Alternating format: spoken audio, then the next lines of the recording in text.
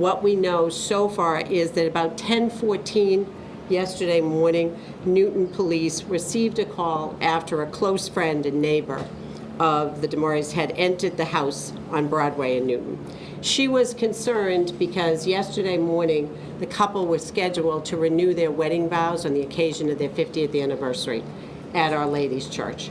When they did not arrive for the service and the other family members had already gathered, the friend went back to the house to find out where they were and what was delaying them. She entered the house and found those 3 residents with obviously suffering from severe injuries. She immediately called 911, who responded, and the individuals were pronounced dead at the house at 10:20 yesterday morning. All 3 have suffered from apparent knife injuries and blunt force trauma. We know that Mrs. DeMauri suffered over 30 both stab and blunt force trauma injuries, primarily to the upper part of her body and head. We'll have more information as to the injuries inflicted on the others tomorrow.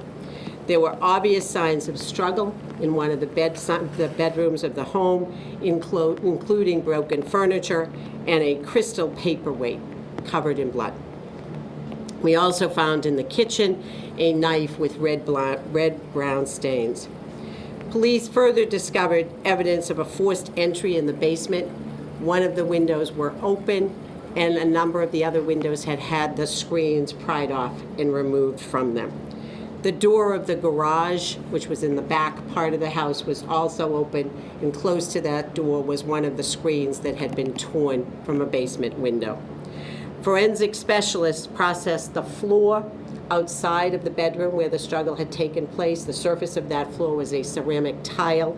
They processed that floor with leucocrystal violet, a chemical referred to as LVC, that enhances the visibility of non-visible occult blood.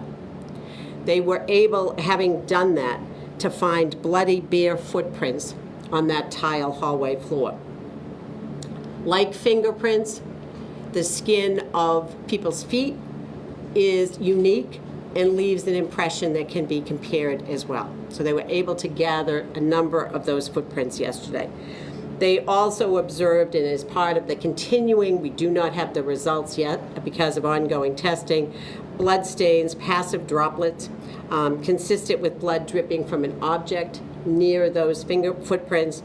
And they also were able to recover what we hope will be a number of fingerprints that can be matched from the screens and the windows that were removed.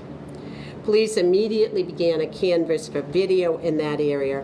They were able to obtain a video from the area of 455 Albemarle Road, which is about 4/10 of a mile from the house on Broadway. And it's about 100 yards from what we believe to be the home of Mr. Ferguson on Washington Street.